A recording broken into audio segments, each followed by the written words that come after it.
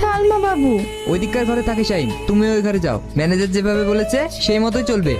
এখানে একটা দরকারি মিটিং চলছে আর কানে করে ঘেনার ঘেনার সব সময় কানে করে ঘেনা ঘেনা করবে। তোকে আমি কে তুমি? এখানে একটা দরকারি প্রজেক্ট নিয়ে আলোচনা চলছে, তোমাকে এখানে ঢোকার পারমিশন কে দিল? তুমি আমাকে চিনতে পারছো না? তুমি আমাকে ভালো করে দেখো, আমি তোমার বউ মাহি। মাহি, তুমি এতদিন কোথায় ছিলা? তুমি আমাকে আগের মতো ভালোবাসবা তো? কেন ভাসবো না? না না, আমি ইঞ্জেকশন নেবো না। কি হলো, তুমি এত চিৎকার করছো কেন? ডাক্তার বাবু, আমি যদি আপনার মেয়ে হতাম পারতেন বাবা হয়ে মেয়ের জীবনটা এইভাবে শেষ করে দিতে? মারে কথা দিলাম, আজ থেকে তুই আমার মেয়ে। শাহিনকে কোনোদিন আর বেশি ইঞ্জেকশন দেবো না। আজ থেকে শাহিনের চিকিৎসা আমি করবো। এমন ইঞ্জেকশন দেবো শাহিন খুব তাড়াতাড়ি সুস্থ হয়ে যাবে। আপনার এই উপকারের কথা আমি কোনোদিন ভুলবো না। তোরা সুখী হয়েছে রে মা।